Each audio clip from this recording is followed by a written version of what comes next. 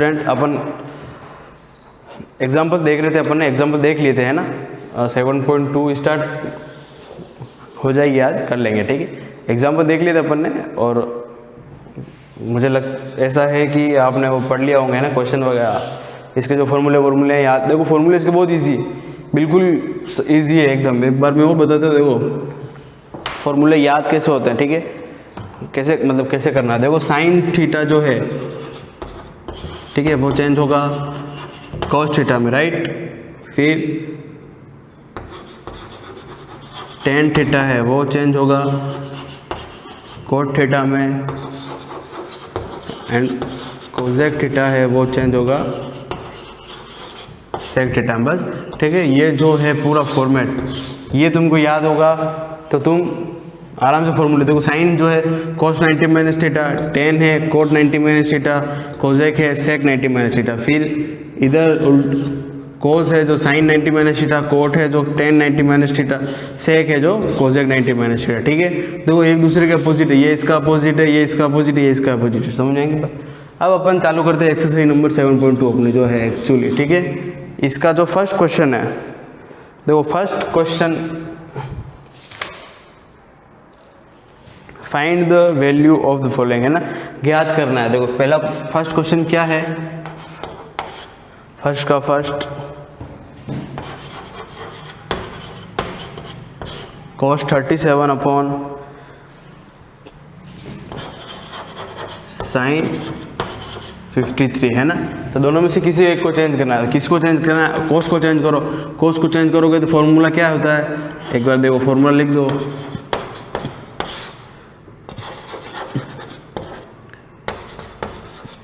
ठीक है, कोस को चेंज करना है, फॉर्मूला सीधा पता है। साइन कोस का फॉर्मूला क्या होता है, साइन 90 माइनस थीटा, थीटा कितना है 37 अपॉन साइन 53 एज इट है, ठीक है। 90 माइनस 37 कितना होगा, sine 53 upon sine 53, right. This cancel, बचा क्या एक, राइट। तो इजी है, बहुत इजी है, कुछ भी नहीं है, समझ में आई बात। तो सेम टू सेम फर्स्ट मैंने कहा था, सेकंड थर्ड फोर्थ बिल्कुल एज इट इज है, कुछ भी चेंजेस नहीं, same as it is question है, ठीक है। उसका आंसर क्या आएगा, एक आएगा, 100% एक आंसर आएगा, राइट। नेक्स्ट दूसरा क्वेश्चन देखो क्या है,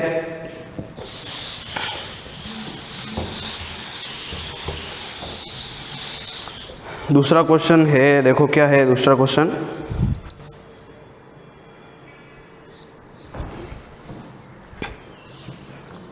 ये भी वही है, find the value of the following, है ना। दूसरा क्वेश्चन क्या है, देखो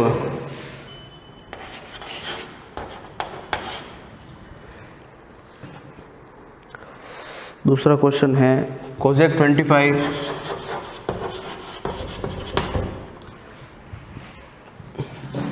माइनस, ठीक है। तो माइनस है तो घबराना नहीं, इसमें भी वही चीज़ है, दोनों में से किसी एक को चेंज करना। पहले तो देखना है दोनों एक दूसरे के मैच कर रहे कि नहीं। देखो इसको चेंज करोगे तो ये चेंज होगा, किसमें चेंज होता है, सेक,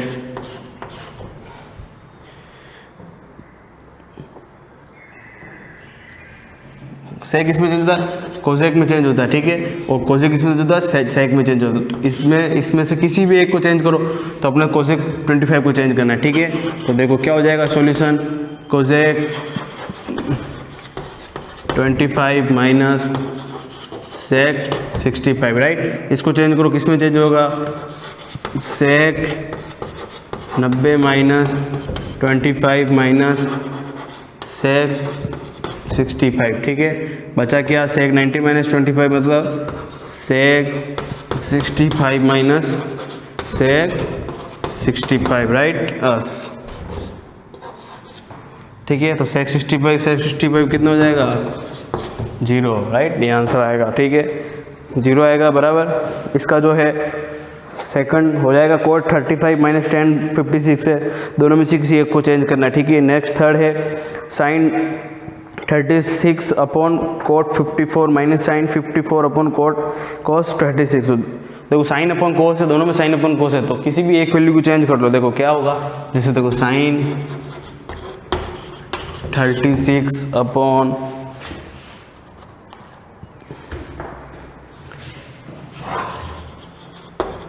cos 54 minus sine 54 upon cos 36। ठीक है, देखो इसको चेंज करोगे, cos में चेंज करोगे तो 90 माइनस 36 56 आ जाएगा। तो यहाँ पे कितना हो जाएगा 54 है ना, 54 अपॉन cos 54 माइनस इस साइन को cos में चेंज करोगे तो कितना हो जाएगा cos 36 हो जाएगा। ठीक है, कितना हो जाएगा 90 माइनस 54 36 राइट अपॉन cos 36 है ना, दोनों कैंसिल हो जाएगा, बचा क्या 1 minus as is equal to 0। समझ में आएगा, देखो रफली है ना, तुमको यूज घर पे इसको फेयर नहीं करना है। ठीक है, उसके बाद देखो फोर्थ है sine theta cos theta 90 minus theta plus cos theta sine theta 90 minus theta. ठीक है, देखो ये भी देख लो क्या है,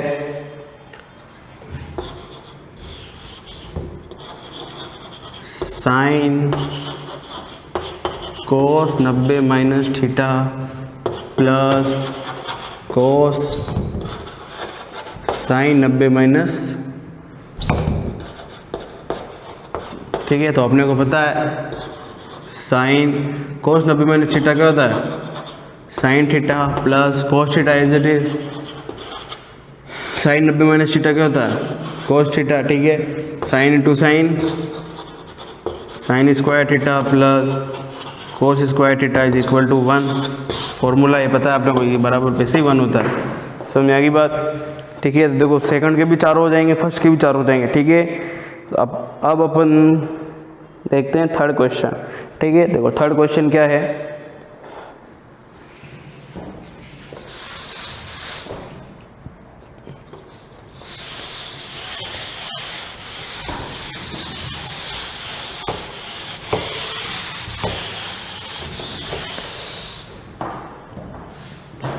थर्ड क्वेश्चन है क्वेश्चन नंबर 3।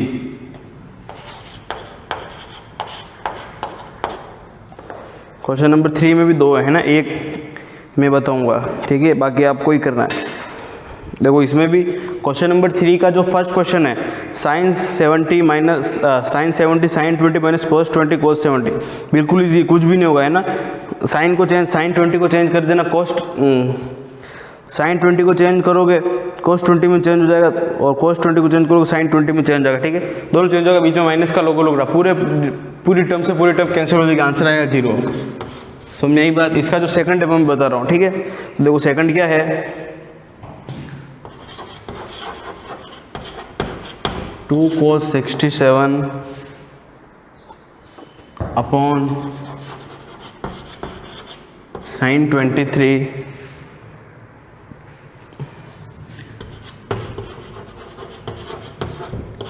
tan 40 डिग्री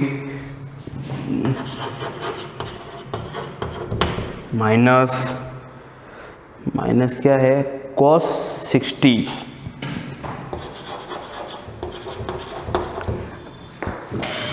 ठीक है, answer solution.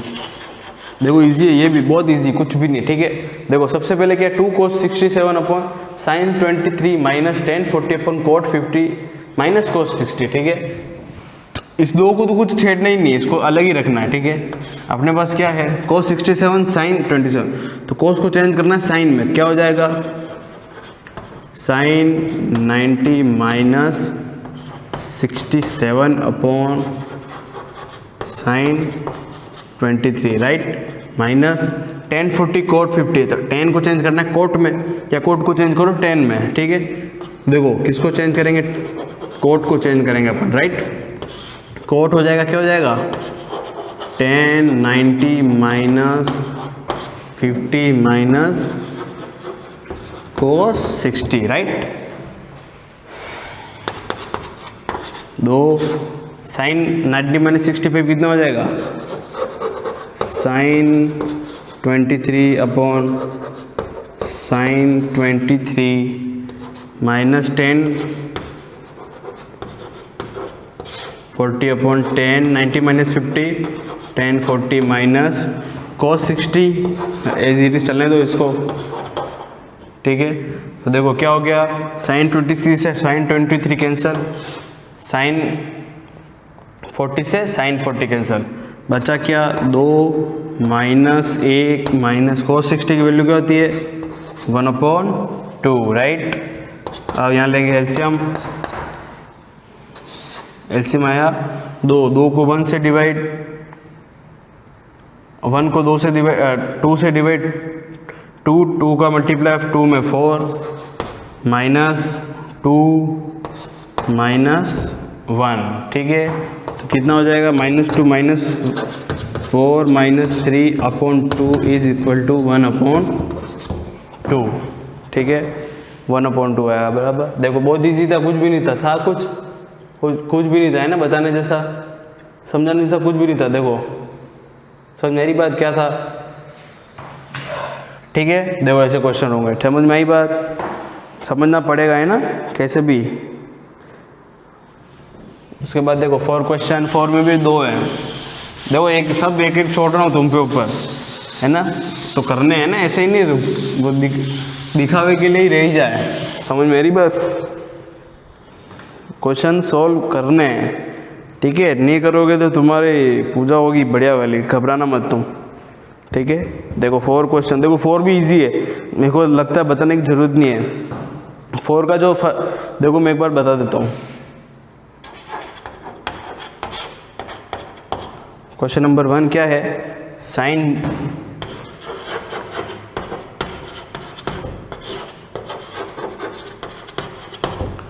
$55 square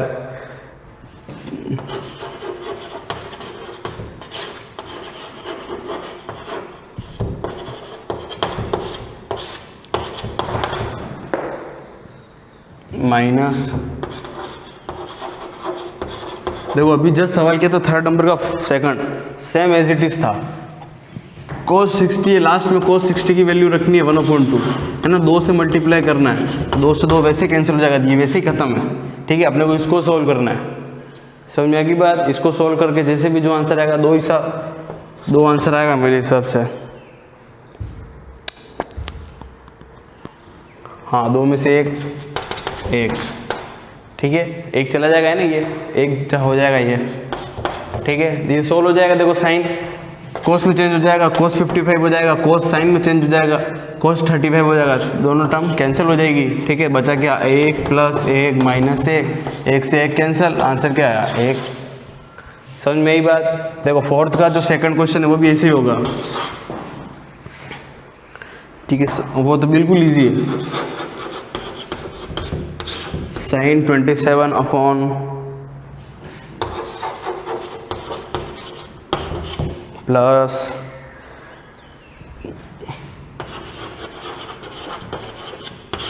cos 63 upon sign,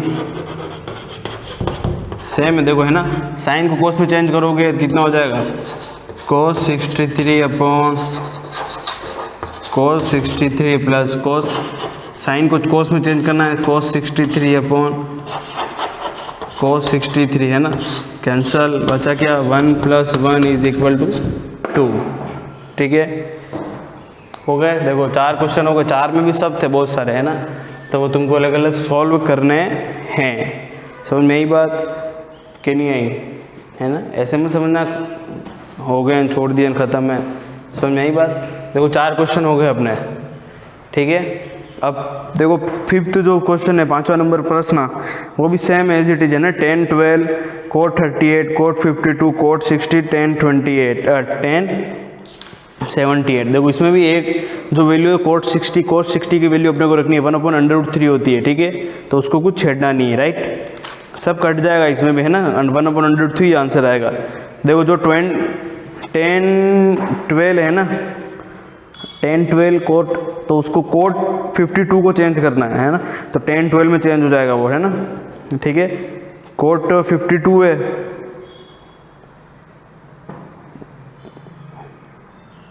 ठीक है, कोट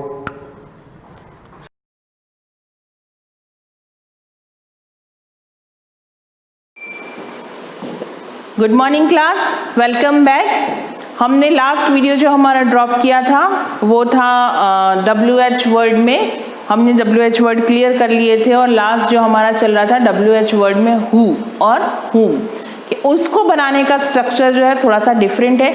हम रेस्ट ऑफ जितने भी सेंटेंस है वहाँ पर बाय हम पीछे लगा रहे हैं, लेकिन हु सेंटेंस ऐसा है जिसमें बाय से ही हम सेंटेंस को स्टार्ट कर रहे हैं, यानी कि बाय हुम से ही, हु है तो हु चेंज होके बाय हुम में चेंज हो जाएगा और बाय हुम से ही सेंटेंस को हम स्टार्ट कर रहे थे।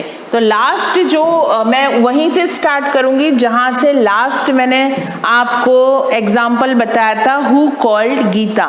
तो हम उसी एग्जाम्पल से वापस कंटिन्यू करते हैं ताकि अगर लास्ट क्लास एक बार आपका रिमाइंड हो जाए।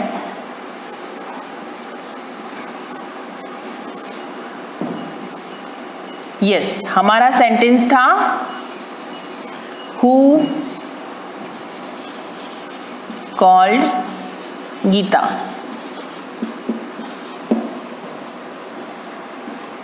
इसका पैसिव हमने बनाया था बाय whom, was लगाया, was इसलिए लगाया क्योंकि यहाँ पर वर्ब की सेकेंड फॉर्म यूज हो रही है, और was इसलिए लगाया क्योंकि हमारा ऑब्जेक्ट भी जो है वो भी सिंगुलर सब्जेक्ट है। By whom was Geeta called.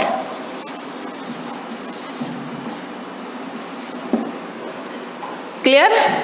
इन्हीं को हम थोड़ा सा और क्लैरिफाई करने के लिए कुछ एग्जांपल्स और देख लेते हैं।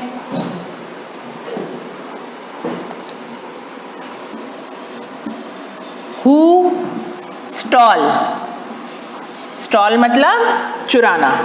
हु स्टॉल द पेन, क्या बनाएंगे हम?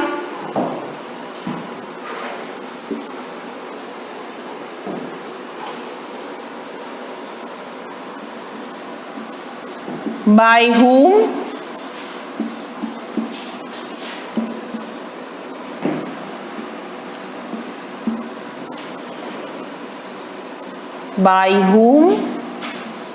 was the pen stolen?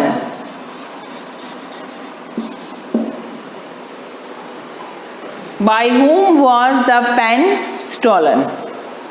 इसी तरीके से नेक्स्ट हम एक whom का सेंटेंस देख लेते कि अगर whom आ जाता है वर्ड तो whom में क्या चीज होगी।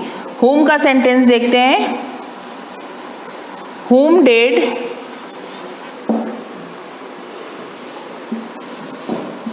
you suggest?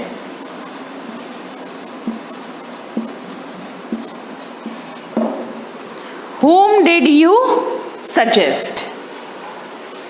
तो हमारा सेंटेंस क्या बनेगा? अब जब हु था तो हमने whom लगाया, अब whom है तो हम फिर से क्या यूज करेंगे? हु को यूज करेंगे। ये दोनों अपोजिट वर्ड्स हैं, एक दूसरे के अपोजिट में यूज होते रहेंगे। हु was, क्योंकि did है हम was लगा रहे हैं। who was वर्ब की थर्ड फॉर्म,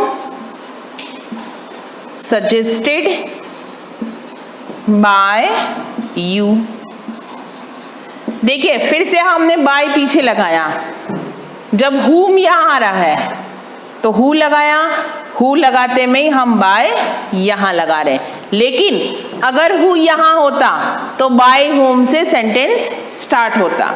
तो ये कॉन्सेप्ट जो है वो अपने दिमाग में बिठा लेना है, यूं नहीं कि सिर्फ नोट डाउन करना है। कॉन्सेप्ट को अगर आप समझ लोगे तो आपको रूल्स को रटने की जरूरत नहीं पड़ेगी, वो ऐसे ही याद हो जाएंगे। यस, हम नेक्स्ट एग्जांपल ले लेते हैं।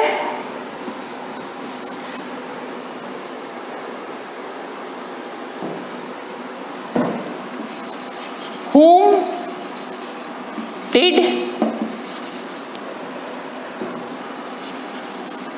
you see there? थोड़ा सा क्लियर नहीं दिख रहा होगा आपको, मैंने सेंटेंस बोल दिया है whom did you see there। अगर नोट नहीं किया हो या कुछ इश्यू हो रहा हो, आपको दिखाई नहीं दे रहा हो, तो आप सेंटेंस अपनी रजिस्टर में नोट कर सकते हैं। whom did you see there. अब हम देखते हैं इसका पैसिव क्या बनेगा। whom की जगह हमें क्या लगाना था, who was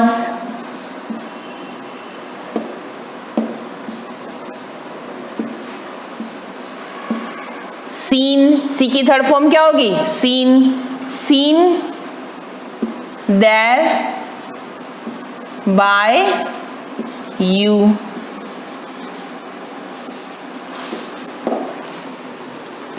clear.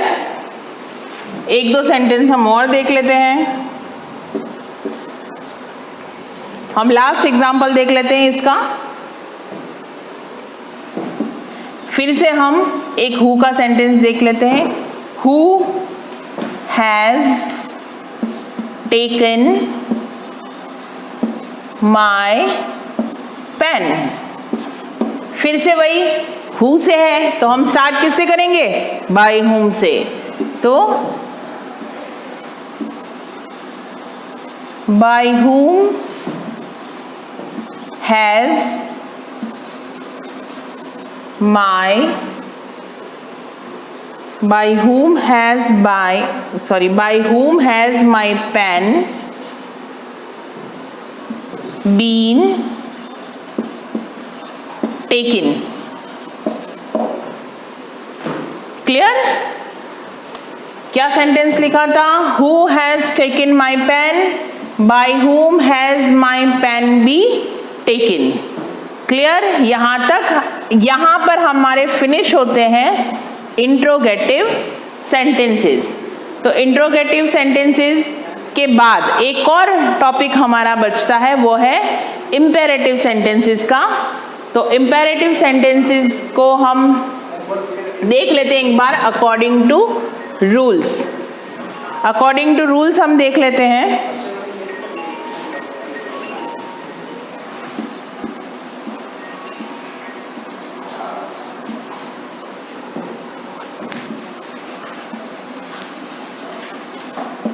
imperative sentences, yes, imperative sentences की एक छोटे से सेंटेंस होते हैं और बहुत इजी है सीखने में भी।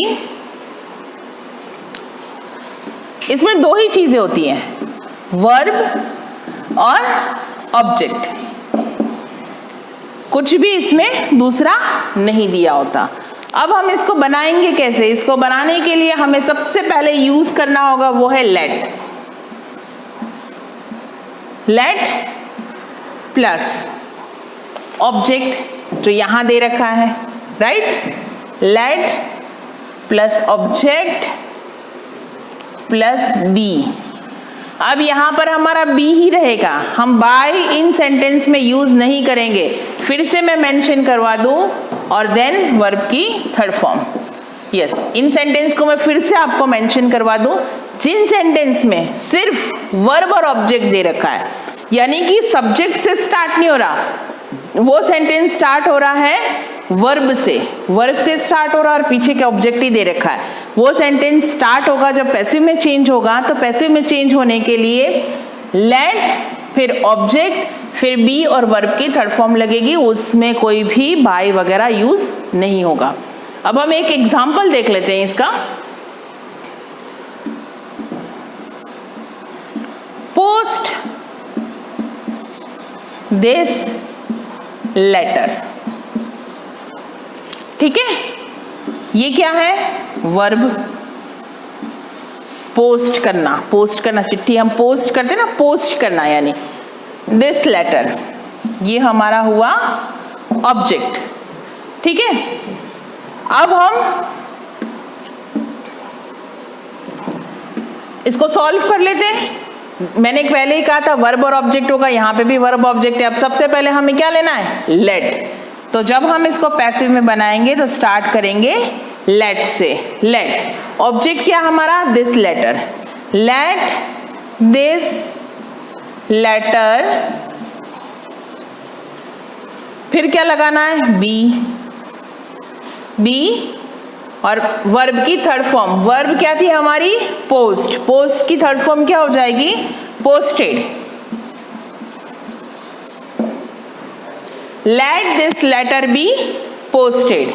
तो ये मैं इस वीडियो को यहीं पे क्लोज कर रही हूँ कि इसके जो जितने भी रेस्ट ऑफ एग्जाम्पल्स हैं और एक और छोटा सा पॉइंट बचता है, वो जो भी है वो हम यूज़ करें नेक्स्ट वीडियो में, उसको सॉर्ट आउट करेंगे। तब तक आप इस कॉन्सेप्ट को समझें और घर पे प्रैक्टिस करने की कोशिश करें। Thank you.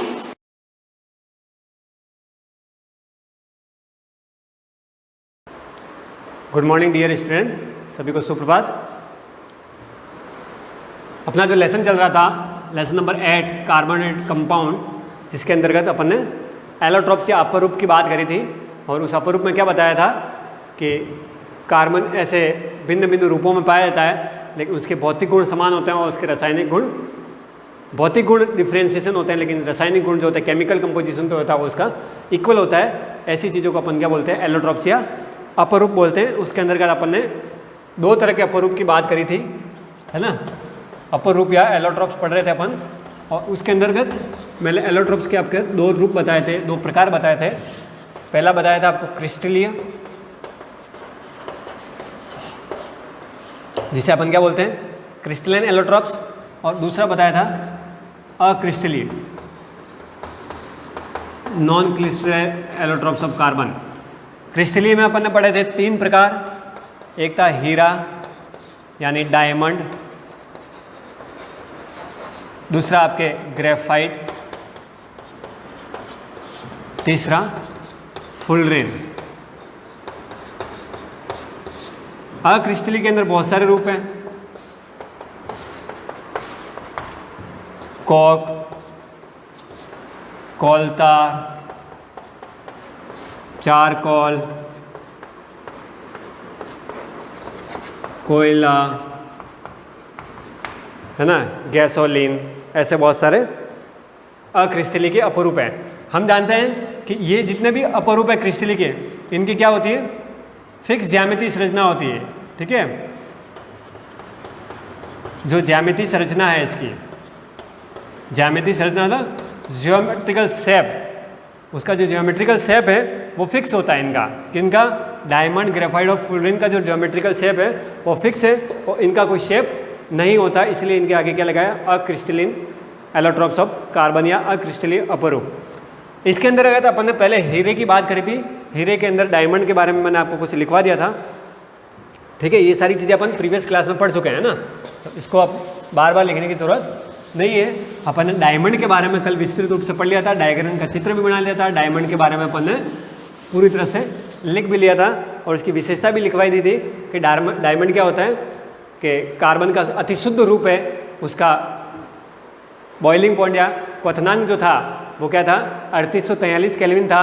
उसके अंदर क्या बढ़ाया मैंने कि ये विद्युत का कुचालक होता है। क्यों होता है? क्योंकि जो कार्बन कार्बन आपस में जुड़े रहते हैं, वो चतुष्फलक की ज्यामिति के कारण क्या होते हैं? कार्बन के अंदर जो बॉन्डिंग है, वो बॉन्डिंग बनने के कारण क्या होते हैं? इसके जो इलेक्ट्रॉन होते हैं वो इलेक्ट्रॉन लूज नहीं होते हैं, जिसकी वजह से क्या होता है? आवेश का प्रवाह नहीं हो पाता। तो इस वजह से ये क्या है? विद्युत का कुचालक है। आज जो बात करेंगे अपन ग्रेफाइट की, किसकी बात करेंगे? ग्रेफाइट की। और ग्रेफाइट में जो ग्रेफा शब्द है किससे बना है? ग्रेफो से, और जिसका मतलब क्या होता है? लिखना। ठीक है, क्या है? ग्रेफाइट जो है वो ग्रेफो शब्द से बना है, जिसका मतलब क्या होता है? लिखना से। ठीक है, तो लिखने वाली पेंसिल में यही चीज़ें पाई जाती है। और ग्रेफाइट में क्या है? विशेषता लिख रहा हूँ, एक कार्बन परमाणु 3 कार्बन परमाणु से जुड़ा रहता है। 3 कार्बन परमाणु से अटैच्ड रहता है, से जुड़कर एक वलय संरचना बनाता है। वलय संरचना बनाता है, वलय या परतनुमा संरचना बना सकते हैं, परतनुमा संरचना बनाता है। क्या होता है? कार्बन 3 अन्य कार्बन से जुड़ के एक वलयनुमा या परतनुमा संरचना बनाता है ना, एक तल में बने रहते हैं, जिससे इसकी क्या होती है, एक परतनुमा संरचना बनती है, जिसके अंदर क्या होता है, एक जो बंद होता है, एक द्विबंध भी पाया जाता है इसके अंदर, एक द्विबंध पाया जाता है। ठीक है, तो 3 कार्बन ही है, जैसे मान लो ये है और ये है, क्या हो गए 1 2 3, तो 3 कार्बन से जुड़ गया, लेकिन एक जगह क्या हो जाएगा, द्विबंध पाया जाएगा। तो 2 3 4 कार्बन की अपने विशेषता पड़ी थी, 4 लाइनों से जुड़ा रहता है, तो एक जगह क्या होता है, द्विबंध पाया जाता है, जिससे क्या होता है, इसकी संयोजकता पूर्ण हो जाती है ना। फिर अपन तीसरी लाइन क्या लिख रहे हैं, इसमें षटकोणीय संरचनाएं होती है। क्या होती है, षटकोणीय संरचनाएं पाई जाती हैं।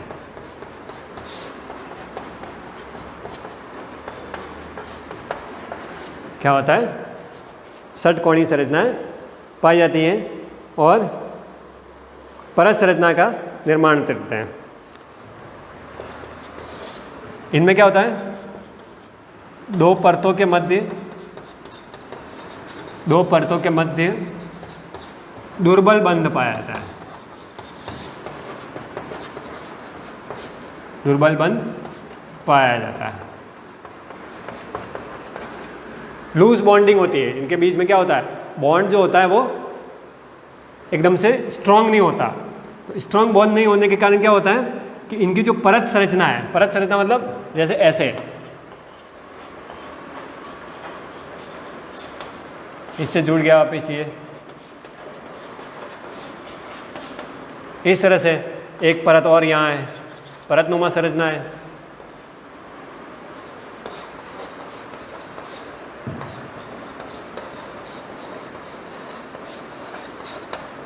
फिर एक परत यहाँ,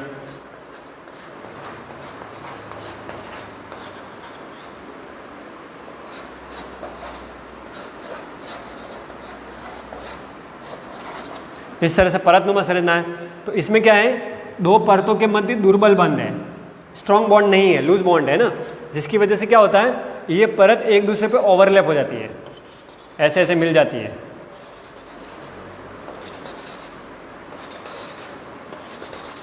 ऐसे ऐसे आपस में मिल जाती है।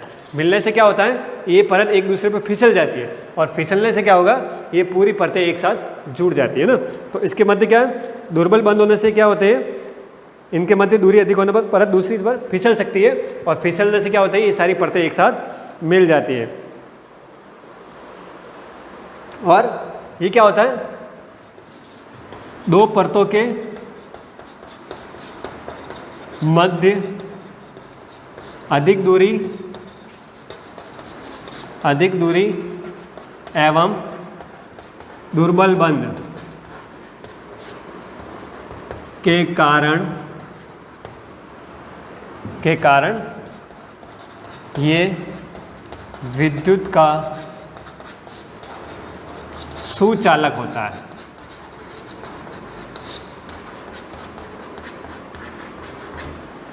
क्या लिखा दिया, देखो ये ग्रेफाइट हो गया ना। ग्रेफो क्या है, ग्रेफाइट क्या है, ग्रेफो शब्द से मिला हुआ, जिसका मतलब होता है लिखना, और आपकी पेंसिल की नोक जो है वो आपकी ग्रेफाइट ही होती है। इसमें एक कार्बन परमाणु 3 कार्बन परमाणु से जुड़ता है और परत संरचना का निर्माण बनता है, जिसके अंदर क्या होता है, एक कार्बन या दूसरे अन्य कार्बन के साथ एक द्विबंध भी पाया जाता है, जिससे उसकी संयोजकता पूरी हो जाती है। इसमें एक षटकोणीय संरचना पाई जाती है, परतनुमा, और 2 परतों के मध्य दुर्बल बंध पाया जाता है, जिससे क्या होता है, ये आपस में परत एक दूसरे के ऊपर फिसल जाती है, खिसक जाती है, जिससे ये क्या होता है, आपस में जुड़ जाती है। और 2 परतों के मध्य, जैसे ये एक परत, ये दूसरी परत, ये तीसरी परत, तो 2 परतों के मध्य आपस में देखो कितनी आपस में इनके बीच में गैप बना रखा है, कितना डिस्टेंस है, कितनी दूरी है। इस वजह से क्या होता है, ये दुर्बल बंध होते हैं, और इस वजह से क्या होते हैं, इसके इलेक्ट्रॉन आसानी से इधर उधर जा सकते हैं, जिसकी वजह से क्या होता है, ये विद्युत का सुचालक बनाती है, यानी कि गुड कंडक्टर बन जाता है। तो ये गुड कंडक्टर हो गया, ठीक है। तो ये आपका क्या बन गया, ग्रेफाइट। अब इसको आपके क्या लिख दे रहे हैं, उपयोग कहाँ कहाँ है, वो आपको उपयोग याद करना है। पेंसिल की नोक जो है वो आपके ग्रेफाइट ही है ना, बैटरीज के अंदर, है ना, सेल के अंदर कई जगह इसका उपयोग किया जाता है, पॉलिश के अंदर इसका उपयोग किया जाता है, स्नेहक के रूप में इसका काम में लिया जाता है, ठीक है। इलेक्ट्रोड बनाने में इसको काम में किया जाता है, लोहे की वस्तुओं को पॉलिश करने में इसका काम किया जाता है।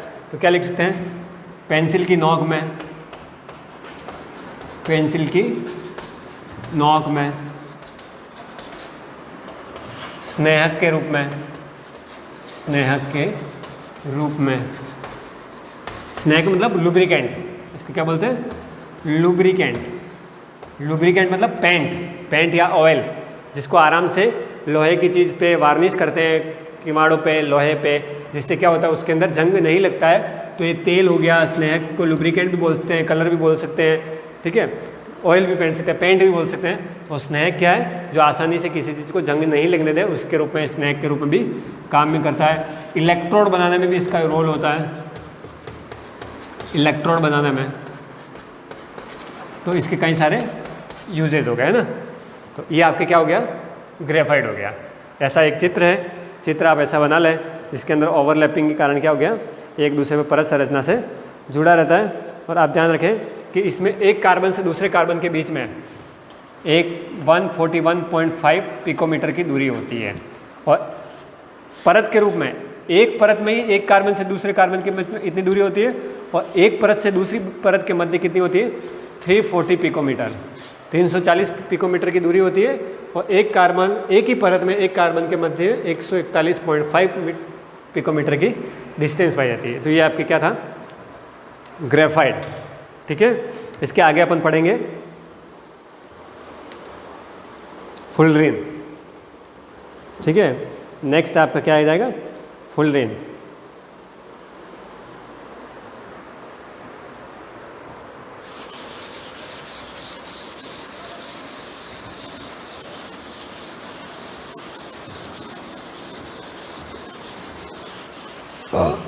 फुलरिन के बारे में डिस्कस कर लेते हैं अपन। फुलरिन क्या है, ठीक है। फुलरिन तीसरा आपका अपरूप है, कौन सा, क्रिस्टलीय अपरूप, है ना। ये दो क्रिस्टलीय अपरूप या क्रिस्टलाइन एलोट्रोप्स आपके फिनिश हो चुके हैं। तीसरा क्रिस्टलाइन एलोट्रोप्स कौन सा आपके, फुलरिन।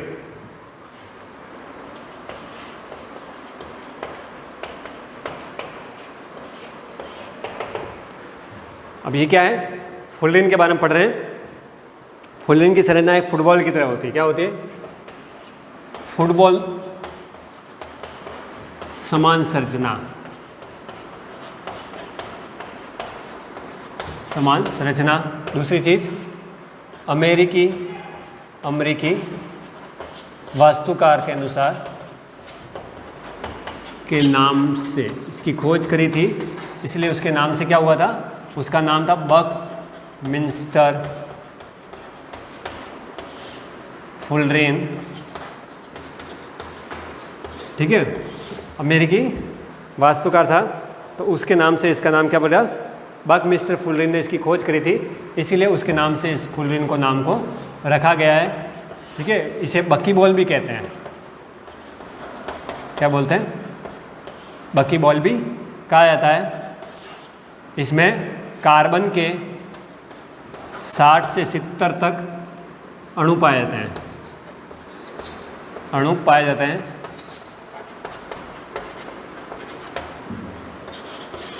कार्बन 60 जो है वो सर्वाधिक स्थायी फुलरिन है, C60 स्थायी फुलरिन है।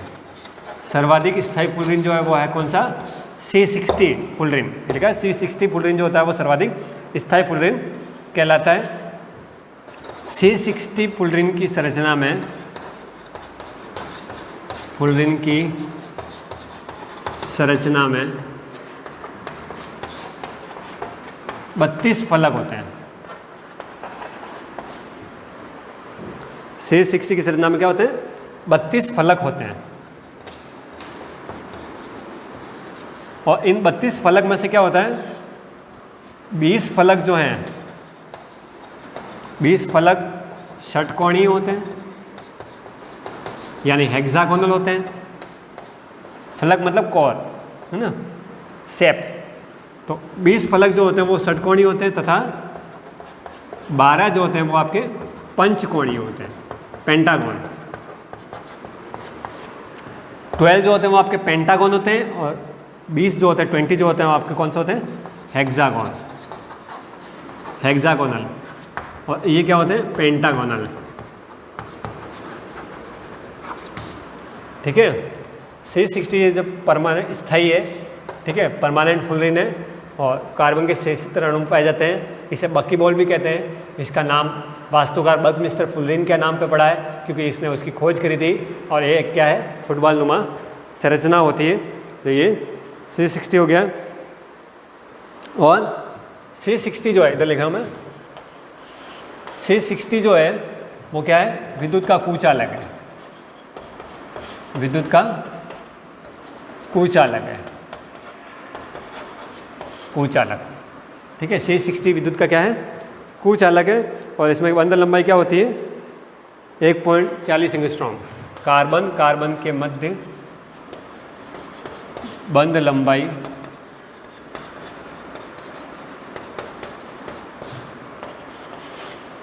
1.40 एंगस्ट्रॉम होती है। यह एक गुंबद नुमा संरचना भी बनाता है। संरचना भी बनाता है।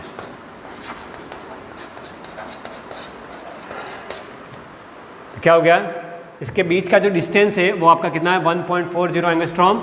ये क्या है, कुचालक यानी नॉन कंडक्टर ऑफ इलेक्ट्रिसिटी है, नॉन कंडक्टर ऑफ इलेक्ट्रिसिटी। क्यों, क्योंकि इसके अंदर क्या होता है, स्थायी बंध पाया जाता है जिसकी वजह से आपस में जुड़ा रहता है, तो लूज इलेक्ट्रॉन होंगे नहीं। इस वजह से क्या हो गया, ये नॉन कंडक्टर हो गया। और ये क्या है, C60 फुलरिन जो है वो एक स्ट्रॉन्ग फुलरिन है, स्थायी फुलरिन है। C60 फुलरिन की संरचना में क्या होते हैं, 32 कोर्स पाए जाते हैं जिसके अंदर क्या होता है, 20 फलक षटकोणी, यानी 20 जो होते हैं वो आपके हेक्सागोन होते हैं और 12 जो होते हैं वो आपके क्या होते हैं, पेंटागोन स्ट्रक्चर होते हैं। ठीक है, तो ये आपकी क्या हो गया, फुलरिन हो गया। ठीक है, अब इसके यूज़ लिख देते हैं अपन। फुलरिन के यूजेस क्या क्या हैं वो अपन देख लेते हैं कि फुलरिन कहाँ काम आता है। ठीक है, फुलरिन के यूज़ पढ़ लेते हैं और इसकी संरचना बना लेते हैं। फुलरिन की यूज़ और संरचना कैसी होती है।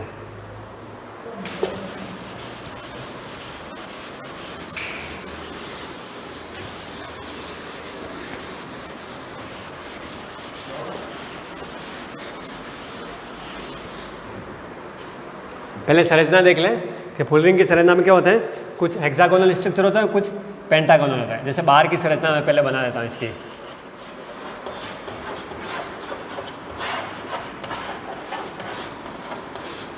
एज इट इज किताब का बनना जरूरी नहीं है ना, आपको सिर्फ ध्यान रखना है पेंटागोन हेक्सागोन स्ट्रक्चर बनाते रहना है। ठीक है, जैसे मैंने ये बना लिया, ये बना लिया और ये बना लिया, ये एक हेक्सागोन स्ट्रक्चर कंप्लीट हो गया, ये वाला देखो। फिर आपको पेंटागोन बनाना है तो एक ऐसे ये ले लिया। ठीक है, तो ये पेंटागोन स्ट्रक्चर बन गया। फिर हेक्सागोन बनाना है, ये हेक्सागोन स्ट्रक्चर हो गया। तो आपको हेक्सागोन पेंटागोन ऐसे करते करते इसमें क्या कर देना है, पूरा स्ट्रक्चर हेक्सागोन पेंटागोन से लेते हुए आपको इसकी स्ट्रक्चर बना देना है। ठीक है, आगे समझ में। तो ये क्या करेगा, पेंटागोन हेक्सागोन इस तरह से स्ट्रक्चर बनाता बनाता इस तरीके से स्ट्रक्चर को लेते लेते आप कंप्लीट कर लें। और हेक्सागोन पेंटागोन लेते हुए 20 तो ध्यान रखना पेंटागोन हेक्सागोन बनाना है और 12 पेंटागोन। तो इस तरह से ये फुलरिन की संरचना आपके बन जाएगी। ठीक है, फिर अपन क्या ले लेते हैं, इसके यूजेस ले लेते हैं। ठीक है, यूजेस में क्या आ जाएगा, प्राकृतिक गैस के शुद्धिकरण के, नेचुरल गैस को क्या करते हैं, प्योरिफिकेशन में, purification of natural gas, bearing में। ठीक है, बेयरिंग में इसके यूज होते हैं। और क्या होता है, अगर इसको हाई टेम्परेचर दें तो ये क्या हो जाता है, अतिचालक बन जाता है। क्या हो जाता है, इसको हाई टेम्परेचर देंगे तो क्या हो जाता है, ये अतिचालक की तरह कार्य करने लग जाता है। तो ये ध्यान रखना है ना। तो ये आपके क्या हो गया, फुलरिन हो गया। तीनों आपके क्रिस्टलीय एलोट्रोप्स ऑफ कार्बन फिनिश हो गए। फिर अपन बात करें अक्रिस्टलीय एलोट्रोप्स ऑफ कार्बन या अक्रिस्टलीय अपरूप, जिसके अंदर कॉक, कोलतार, चारकोल, कोयला, है ना, इस तरह की चीज़ें आएगी जिसके अंदर क्या होता है, संरचना जो होती है उसकी क्या होती है, फिक्स शेप में नहीं होती, फिक्स संरचना नहीं होती, फिक्स आकार नहीं होता। इस वजह से वो किसी भी रूप में बन सकते हैं, किसी रूप में आ सकते हैं, तो वो क्या कहलाते हैं, अक्रिस्टली एलोट्रोप्स ऑफ कार्बन। इस तरह आपके क्या क्या हो गया, प्लास्टिक हो गए, पॉलीमर हो गए, अपरूप हो गए। फिर उससे पहले अपन ने सारे चीज़ें जो इस लेसन से जुड़ी हुई थी, क्या क्या थी, ट्राइबल, डिराइड और IUPAC सिस्टम, कार्बन के, हाइड्रोकार्बन के, वो सारी चीज़ें पढ़ ली।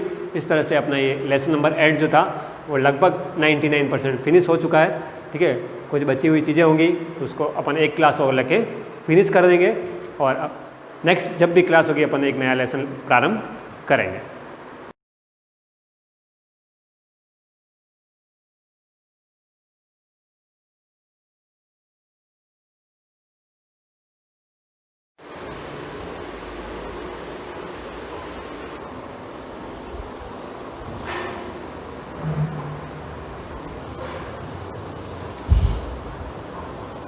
Good morning, students. We again resume with our class with a short consultation with some students. They asked me to start a new lesson not in history. They wanted to just revise again lesson number 1. So today we are not starting lesson number 2. In fact, we are going to the economic section, and that is lesson number 14. Now lesson number 14, economic concepts and planning. Let me first introduce to why it is important to study economics. When we talk about economics, in that perspective we talk about a nation, पूरे देश की बात करते हैं। जैसे हमारा suppose we take our example of our home, हमारे घर का उदाहरण लेते हैं, तो हमारे घर का जो इकोनॉमिक स्ट्रक्चर है that depends on our income, कि हमारी इनकम कितनी है, उसके अकॉर्डिंग हम क्या करते हैं, उस इनकम को नेसेसरी डिपार्टमेंट्स में बाइफरगेट करके, बांट करके अलग अलग सेक्शंस में उसको खर्च करते हैं, कुछ सेविंग्स करते हैं फॉर फ्यूचर। तो ये जो मैनेजमेंट है ना, ये कैसे बनता है भाई, आप एसिमुलेट कर लेते हो, यू जस्ट टेक एजम्पशन कि भाई इतना पैसा आएगा और इतना खर्च होगा और इतना बचाना है। So basically this thing in a wide term, बड़ी पैमाने पे अगर इसको देखा जाए, in a big respect it is known as economic planning, right. In a very big country, in a very big country like India, where the population is huge and also the economic structure is also very clist, बहुत जटिल है यहाँ का। Why? Because even today almost 1/3 of population, or you can say 2/3, means more than 70% population is indulged in agricultural work, that is primary sector. In comparison to developed countries, अगर हम India की बात करें तो our income is very low, हमारी income जो है वो बहुत लो है, and that we will see in the statistics of per capita income, प्रति व्यक्ति आय जो होती है वो कम होती है। So it is very important in a country like India to plan our economy. तो उसी के लिए हम लोग ये पढ़ रहे हैं, बहुत धीरे पढ़ेंगे इसको, थोड़ा अभी स्टार्टिंग में, फिर मैं gradually I gain speed. Okay, so let's start our lesson. Open your book, keep your pencil in your hand and just underline whatever important things I asked to do it. National income, राष्ट्रीय आय, an introduction, what is it? In our daily life, we often use the word income. Now what is income? Income is considered as most important factor to determine the development of any person or family. किसी भी family का या किसी भी व्यक्ति का विकास उसकी income के ऊपर डिपेंड करता है। आपके पास अगर ज़्यादा पैसा है then you will go with luxuries, आपके पास सारी फैसिलिटीज़ होगी, आपके पास कार होगा, घर में एयर कंडीशन होगा, अच्छा फ़ोन होगा, लैपटॉप होगा, लग्जरियस लाइफ आप जिएंगे. So all that this thing revolves around the centre point and that is economy. Income, जितनी इनकम ज़्यादा होगी उतना आपका डेवलपमेंट दिखेगा. As we all know, income is not only determinant of development but it is considered to be the most important factors, various factors depreciating the development of any person. देखिए development कैसे होता है. Development is also considered as civilisation. आपका सभ्यता कैसी है. कुछ लोग होते हैं जो बहुत सादा जीवन जीते हैं, है ना, लेकिन उनके संस्कारों से उनका विकास नज़र आता है. बट इन इकोनॉमिक्स हम उनके संस्कार, हम उनके रहन सहन, सादगीपन, ये सब मेजरमेंट नहीं करते. In economics we measure development by his material development. उसका भौतिक डेवलपमेंट कैसा है, उसके पास वास्तविक चीज़ें क्या क्या है, उसके ऊपर तो वो बहुत इंपॉर्टेंट फैक्टर होता है. इनकम ऑफ अ पर्सन, किसी भी व्यक्ति की आय या परिवार की आय पोर्ट्रेज हिज मटेरियल लाइफस्टाइल. आ गया बात कि उसके पास क्या क्या चीज़ें हैं. सोशल स्टेटस, उसका समाज में सामाजिक उसका स्तर क्या है. And economic development to a large extent. कभी कभी होता है, हम लोग सोशल लाइफ में देखते हैं, कोई कहते हैं कि भाई कोई कार्यक्रम करना है, इसका चंदा लेने जाना है, तो हम तुरंत एक नाम बताते हैं कि इसके पास चलते हैं. Why? Because that person has a high income. कोई ज़मीन जायदाद खरीदने की बात होती है, इसको कौन खरीदेगा, जिसको वही खरीद सकता है. Why? Because he has the capacity to buy it. वो खरीद सकता है इसको. This is determined by income, उसके पैसों से. Just like the income of a person और फैमिली, किसी भी एक व्यक्ति की या और फैमिली की इनकम हम डिटरमाइन कर सकते हैं कि 4 लोग हैं, 2 लोग कमा रहे हैं तो कितना कमाते होंगे. बट इन अ नेशन, एक राष्ट्र की जब बात आती है, national income can also be determined. उसको भी डिटरमाइन किया जाता है, बट बहुत सारे फैक्टर्स छूट जाते हैं. बहुत सारे ऐसे पॉइंट्स आ जाते हैं जहाँ पे हम कैलकुलेट नहीं कर पाते. बट एक्सपेंडिचर तो हमारे सामने ही होता है, खर्चा हमारे सामने नज़र आ जाता है. Determination of national income, income of an economy is important with the following view points. अब जैसे हम पर्सनली बात करते हैं, टू अ पर्सन और a family development is important because from his materialistic life style. But एक nation की बात करते हैं तो क्यों ज़रूरत होता है, यहाँ से आपको पता चलेगा. नेशनल इनकम डेफिसिट्स, किसी भी राष्ट्र की इनकम जो होती है वो ये दिखाती है the economic condition and economic development of a nation. उस देश की इकोनॉमिक डेवलपमेंट, विकास कितना है और उसकी कंडीशन कैसी है. Suppose we talk about Japan and India. See both this countries suffered from second world war, और in India suffered from colonialism, गुलाम था अंग्रेज़ों का. It become independent in 1947 and Japan, after suffering 2 atomic attacks of Hiroshima and Nagasaki, then again it came to a stability after a long struggle. तो उनका जो दोनों का टाइम पीरियड है ऑलमोस्ट सेम है, इकोनॉमिक कंडीशन सेम थी. But Japan is considered more developed than India. Why? Because each and every person is contributing.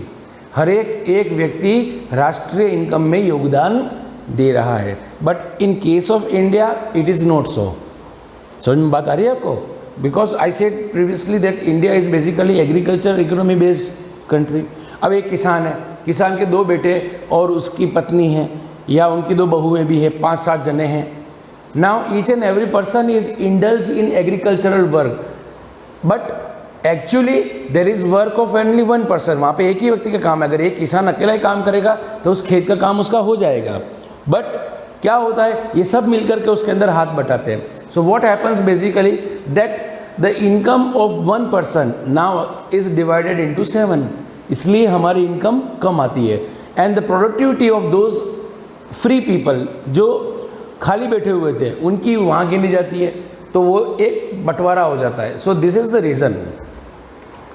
On the basis of national income, जिस देश की जो नेशनल इनकम होती है उसके बेसिस पे क्या कर सकते हैं, we can compare economics of various countries. हम फिर दूसरे देशों की तुलना करते हैं.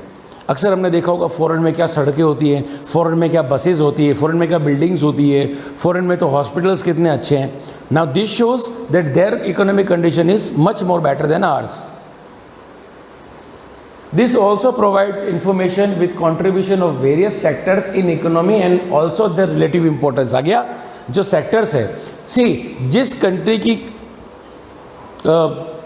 Population third sector means territory sector में ज़्यादा होगी या सेकेंडरी सेक्टर में मैन्युफैक्चरिंग इंडस्ट्री में ज़्यादा होगी, उस कंट्री की इकोनॉमिक कंडीशन बहुत अच्छी होगी. But sorry to say in our India we are agricultural based economy. So इसीलिए क्या होता है कि हमारी जो इकोनॉमिक कंडीशन है that is not good in comparison to rest of the countries.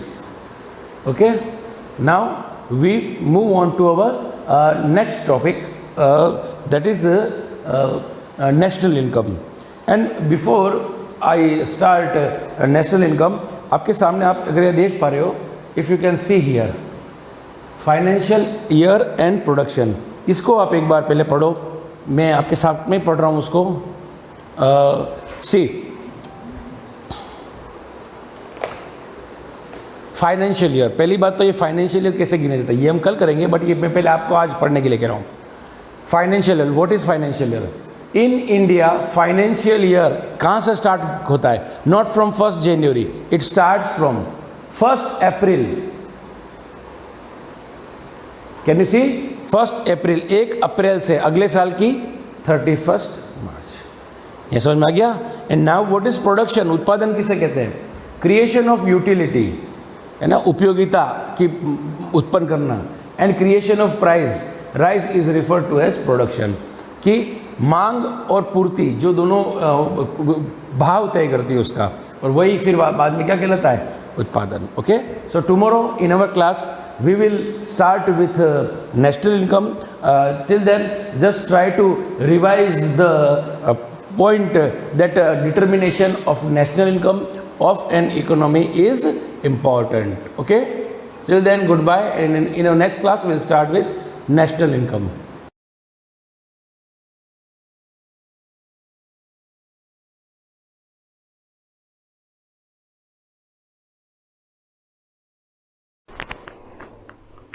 Good morning. Class 13. आज कुषाण वंश, दूसरी बाह्य आक्रमण जाति जो भारत पर आक्रमण किया था. कुषाण को यूची और तोंजेरियन भी कहा जाता है. युची कबीला 5 भागों में बट गया था. इन्हीं में से एक कबीले ने भारत के कुछ भागों पर शासक किया था. ये भी उधर पूर्वी प्रदेश हैं, ये यूनान, उस तरफ के जो पश्चिमी एशिया, अभी वर्तमान में जो इराक ईरान जो क्षेत्र आता है, अफगानिस्तान, तंजाकिस्तान, ये सारा जो भाग है वहाँ की ये जातियाँ थी. फिर है सबसे पहले आते हैं अपन कुजुल कंडफिसस प्रथम 15 ईस्वी से लगाकर 85वीं. यह अपनी जाति के गौरव का स्थापक था. अंडरलाइन कर देंगे इस पे. इसने दक्षिणी अफगानिस्तान, काबुल, कंधार, पार्थिया में एक भाग को अपने राज्य में मिला दिया. इसने वैदिक धर्म को अंगीकृत किया, मतलब अंगीकार किया, मतलब स्वीकार कर लिया था. विम कंडफिस द्वितीय 65 से 75 ईस्वी भारत के एक विशाल क्षेत्र पर इसका राज्य था. ये शैव मत का अनुयायी था. शैव मतलब शिव जी का भक्त. देखो अपने हिंदू धर्म में, वैदिक धर्म में 2 मत बताए गए हैं, शैव मत और वैष्णव मत. वैष्णव मतलब जो वैष्णव मत कहते हैं, तो वैष्णव वाले आ जाते हैं विष्णु भगवान की पूजा करने वाले या उनके अवतारों की पूजा करने वाले. शैव वाले होते हैं जो शिव जी की पूजा करने वाले या मातृशक्ति की पूजा करने वाले होते हैं. शैव मत का अनुयायी था. उसकी कुछ मुद्राओं पर त्रिभुज, त्रिशूलधारी, भाग्यचारी मार्गा, भाग्य चर्माग्राही, नंदी अभिमुख भगवान शिव की आकृति अंकित है. इसने भारत में पहली बार अपने नाम के सोने के सिक्के चलाए. ठीक है, अब इसमें प्रमुख राजा जो भारत में है वो है कनिष्क.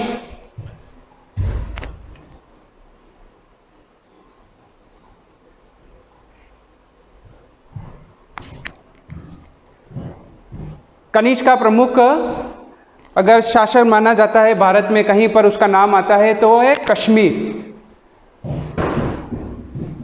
कश्मीर के कुंदन वन में आचार्य पाश की अध्यक्षता में 4थी बौद्ध संगीति संपन्न हुई थी.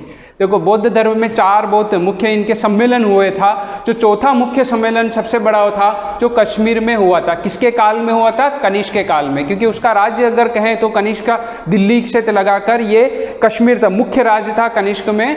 अगर कश्मीर में तो कनिष्क का था, क्योंकि उससे पहले चंद अशोक ने कश्मीर की स्थापना की थी। उसके बाद वहाँ पर राज्य थे ही थे, पर कनिष्क ने उस पर आक्रमण कर अपने राज्य में मिला दिया। इसकी प्रथम राजधानी पेशावर पुरुषपुर अर्थात दूसरी राजधानी मथुरा थी। मतलब पेशावर जो पाकिस्तान का जो क्षेत्र अभी वर्तमान में है वही पेशावर का क्षेत्र था। इसके 78 ईस्वी में नया संबंध चलाया जिसे शक संवत के नाम से जाना जाता है।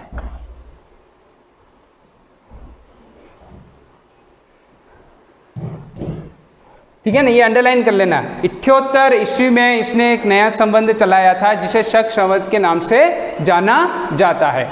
कनिष्क ने कश्मीर को जीतकर वहां कनिष्कपुर नामक नगर भी बसाया, जो वर्तमान में नाम परिवर्तन कर दिया गया है। उसने काशगर, यारकंद, खोतान पर भी विजय प्राप्त की। महास्थान बोगरा में पाई गई सोने की मुद्रा पर कनिष्क की एक खड़ी मूर्ति अंकित है। मथुरा जिले में कनिष्क की एक प्रतिमा भी मिली। इस प्रतिमा में उसने घुटने तक चोंगा और भारी बूट पहने हुए हैं। ये इनका इसमें चित्र आएगा, मैं बता दूंगा। उसमें 2 प्रकार की, एक कश्मीर में मूर्ति मिली है, दूसरी मथुरा में मूर्ति मिली। उसके बाद कनिष्क के राज दरबार में पाश्य, वसुमित्र, अश्वघोष जैसे बौद्ध विचारक, नागार्जुन जैसे प्रख्यात गणितज्ञ और चरक जैसे चिकित्सक विद्वान थे। बौद्ध धर्म की महायान शाखा का उदय तथा प्रचार कनिष्क के समय में ही हुआ। अगर बौद्ध धर्म था, बाद में इसका 2 भाग में विभाजित हो गया, एक हीनयान, दूसरा है महायान। ठीक है, अगर महायान का प्रचार सर्वाधिक, अगर शाखा का उद्भव उसी काल में चौथी बौद्ध संगति हुई थी कश्मीर में, उसी समय बौद्ध धर्म के 2 कह सकते हैं भाग हो गए। एक भाग वह जिसमें वो पुरानी रीति रिवाज को मानने वाले, दूसरे जो नए रीति रिवाज को अपनाने वाले, पुराने को छोड़कर। तो इसमें 2 शाखाएं बढ़ गई थी, अपने 9th में पढ़ाई था। बौद्ध धर्म की महायान शाखा का उदय और प्रचार कनिष्क के समय ही हुआ था। उत्तर भारत में कुषाण शासकों की सत्ता का लगभग 230 ईस्वी तक बनी रही। इस समय रोम से भारत का व्यापार काफी लाभप्रद स्थिति में था, जिससे भारत की आर्थिक समृद्धि आई। केवल एक ही राजा था, कनिष्क। अगर कुषाण शासक में कहा जाए कनिष्क, तो उसी का ही नाम आता है, उसी के संबंधित ही प्रश्न आते हैं। तो केवल यही याद रखना है। तो आज की हमारी क्लास यही समाप्त। कल हम पढ़ेंगे हुण वंश, जो अंतिम जनजाति कह सकते हैं आक्रमण जाति थी जो भारत पर, उसके बाद भी थी, परंतु जिसने हिंदू धर्म स्वीकार कर लिया, जो ईस्वी पूर्व या ईस्वी 6वीं शताब्दी में आई थी। ठीक है, धन्यवाद।